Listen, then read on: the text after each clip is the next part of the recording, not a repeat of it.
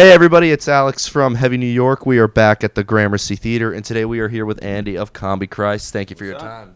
What's up? What's up? It's so great to have you here. Your latest record is One Fire. Do you just want to give a rundown on how the making of the record was and the record cycle thus far? It's just the same old boring story from every musician. It's musicians are the worst to interview because it's so boring. Because they always have to talk about music. They always have to talk about how they recorded it and what equipment they used and everything. And I hate to talk about that stuff. But we the big rundown on it was I went home, kind of disconnected myself with the world and wrote a new album and really did some soul searching doing it and um, kind of picked up all the elements that I've been wanting to do and have done for the last 20 years of doing music. So and I kind of put it all the elements into one album. I've always thought that with the style that Combichrist uses, it's a very experimental style of music. Is it fair to say you like to try new things with each album that you make? Yeah, it's kind of like sexuality, isn't it? Isn't it? I guess. It's kind of boring if you just do the same thing over and over again. Um, and I feel it is all about senses. It's all about feelings, and that's what this music is all about. It's all about feelings and thoughts and inner emotions and your demons and everything. And that always changes and it always evolves. And everything that happens to you every day is going to impact how you feel. And so every day I have a different feeling. I would put a different approach to the music too. Awesome. Is it fair to say that for as like a source of inspiration for your music, it's always looking inward, or are you sometimes looking at the world around you for a source of inspiration as well? I mean, like every time if it seems somewhat political or something, it's not me political. It's just me it's just me observing the world and how I feel about it. But mostly it's inward. Mostly it's about mental health and how you cope with things on a daily basis. Um, and when it's outward, it's always like just that perspective of bird's eye view of the world, right? Yeah, yeah, definitely. Do you like to try to pass on a certain message to your listeners, or do you like to leave your music open to interpretation? Well, I used to like to just fuck with people and kind of do like metaphors and things and make it sound kind of like it's like something it was not. And I guess somehow I never had to try to provoke people. People get provoked for everything, so you never have to try to do that anymore, which is great because a lot of artists in the 90s they did everything they could to provoke, and then suddenly here we are. We don't have to provoke anyone because you can do enough to not provoke people. So, but at the same time, um, it's like it's not a message more than trying to make more of awareness of how real mental illness is and stuff like that. It's been more and more important to me over the years because I used to like to just like fuck people, like I said, but then you suddenly realize that I actually influence people. You actually carrying a torch that you never knew you had, and you're carrying this on to new generations and to younger people and stuff, and you want to make a positive impact. And so over the last few albums, last few years, I've been more conscious about what I do. Well, it seems like with Combi Christ, it seems like you have like multiple sides. You know, you say you like to fuck with people, so you have like maybe a sense of humor behind your music, but then you also have something that could inspire and enlighten people at the same time. Yeah, so we did. I mean, you can't take yourself too seriously either. So there's things that are on the darker side and more serious, and there's things that are more tongue in cheek. Um, but you have to have a sense of self irony.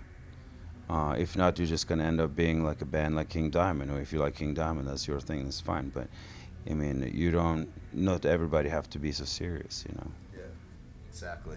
Now, because clearly you have like a concept and a subject matter behind your music, does that determine the music itself as well? Not always. I mean, it can, for sure, it can be, but I don't want to say that it's always like that. Um, like it's kind of the same way as the approach I take to writing. It just really depends on how I feel that day. Now, I've noticed that Combichrist has toured with a lot of different types of bands. Like the first time I saw you, you played on that dope September Morning tour, but you also did like Ozfest meets Notfest a couple of times. You've played with very other industrial like bands. Depending on like the tours or the shows that you're playing, have you noticed maybe a different type of audience or reaction to your music? Yeah, I mean, that's one of the main reasons why we go out with different artists, to play for an audience that normally wouldn't be there, um, to kind of showcase what you're doing, and you would never be done doing that, unless you're a mainstream band, you will never reach your potential full audience. So. Um, you will always go on tours with different types of band, always to introduce yourself to other cliques of people, to put it that way. And it's the greatest because in the beginning with Comic Christ, it was a very certain type of people who would go to the shows, and now it's every kind of person in a show, and it's like from metal people to goths to industrial people to techno people to punks and hardcore people, and it's great. I mean, like it's everything that's everything I ever listened to. So to be able to get all the genres and all the people of the music that I always listen to get to the same show is awesome. Now, as somebody who has seen you play before, I think that your live, like listening to you guys on my headphones, is a way different experience than seeing you guys live, and vice versa. So you clearly have just as much of an emphasis on that. So, as somebody who says it's completely different listening to you guys versus seeing you guys, how different is it playing live versus like being in the studio or a practice space or something like that? Well, it's completely the opposite, right? Because I love playing live and I hate being in the studio. I love writing music, and I love when the creative part comes out and everything. But the fact of sitting in the studio, I know a lot of people love just sitting hours and hours in the studio and just because that's what they do. I That's not me at all. I love being live. I love being on stage. Um, I put myself actually pretty of a what should I say like a happy person. So when I put myself in a studio, I'll put myself in a hole, and I put myself in a position or a mental state where I want to be with the album. And it's hard to come back out of it. And I always hate going into that spot. It's kind of like when you have, compared to character actors or something, that trying to be a certain character for a longer time to act that role. And that's kind of the same way when you go in writing music. Um, a lot of these themes are my like inner kind of demons that I don't really want to deal with on a daily basis. And so going into a studio, it's I'm bringing them out, and it's not always fun. But playing live is the exactly opposite. You get rid of all of it. You're feeling good. You get rid of all the anxiety and depression and aggression and all these kind of things that normally will haunt you. So it's a very different thing for me. I think it's like I feel like with your live performances, it sounds like you feed off the audience as much as the audience feeds off of you in a way. Yeah, I mean, there's I can close my eyes and crawl into my own head and do a live performance for sure, but having having an interactive audience is very important and extremely helpful to do a show. It's kind of like when I'm in the studio, it's just me or just us. But you're live, it's everyone in the room. It's not just us on stage. It's everyone. So you will feed off whatever kind of energy there is.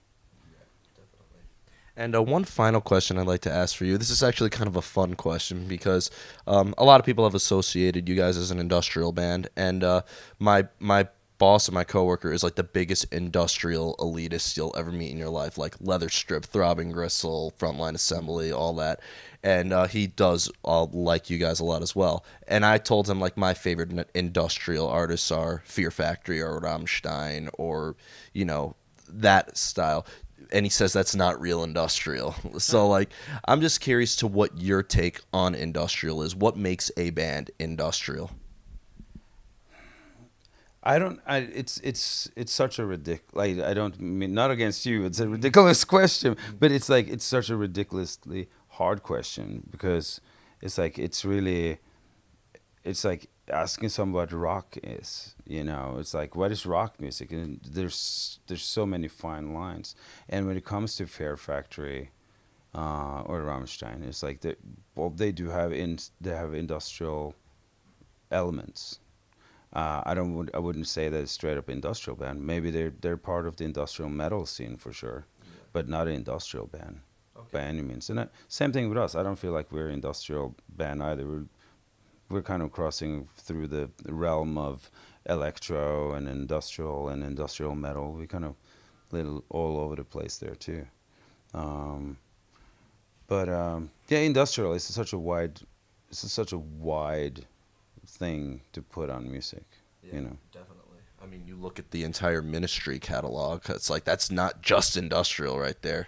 No, no, for sure not. Yeah. Or like what's like another good example? Or Skinny Puppy. Skinny Puppy sounds very different from Nine Inch Nails, and that sounds very different from Leather Strip. So I was just like, at what point is it not industrial anymore? Something like that. To me, industrial and metal are just both very dark, aggressive forms of music. So I think right now people are like referring to industrial more as a scene, like the industrial scene, and within that you have like it's everything within it. It's the it's the EBM, the synth pop, the future pop, the in, agrotech, and just like so many things on and on and on and on. But it's kind of like referring to the electronic music scene, where you have every genre under it. So I feel like industrial now is such a loose term. yeah, the European use of the word, kind of. Yeah, yeah. It's the same thing with hardcore. Yeah, right. Well, so like for me, it's like I'm from the hardcore scene, and it's like, but what's like the hardcore bands now? It's nothing of what we sounded like in the Yeah. '90s, Yeah. you know. Code Orange, Twitching Tongues, Vane is Yeah. nothing like Agnostic Front or Cro-Mags. So. Or even early, it's like Youth of Today and stuff. So Yeah. um, So before we go, I'd like to thank you so much for your time. Right. Is there just this is going to be uploaded by midnight tonight? So is there just anything else that you're allowed to talk about that you would like to promote for the Combichrist? show tonight. Yeah. Is there just anything else coming on after this tour that you'd like to promote? Or Well, yeah, we're releasing the new video soon, new single. Um, um, Maybe I'm not supposed to talk about it, but it's coming out May 10th. okay. So I'm gonna hold the title back for now, just in case I'm not allowed to talk about it. But it's yes, coming out soon. It's a video. We're really stoked about it. We just filmed it not too long ago. It's being edited right now, and it's very meaningful to me. It's like once again, it's about mental illnesses, and it's just something people need to open up and talk about. So it's very important to me. Well, that means a lot for me on a personal level as well. I have a hybrid theory tattoo for Chester Bennington for a reason. So Yep. thank you so lot, man. Thank you, man. Thank you so much, everybody. Andy of Combichrist, One Fire. Pick it up when you get the chance. This is Alex from Heaven, New York. We'll see you next time.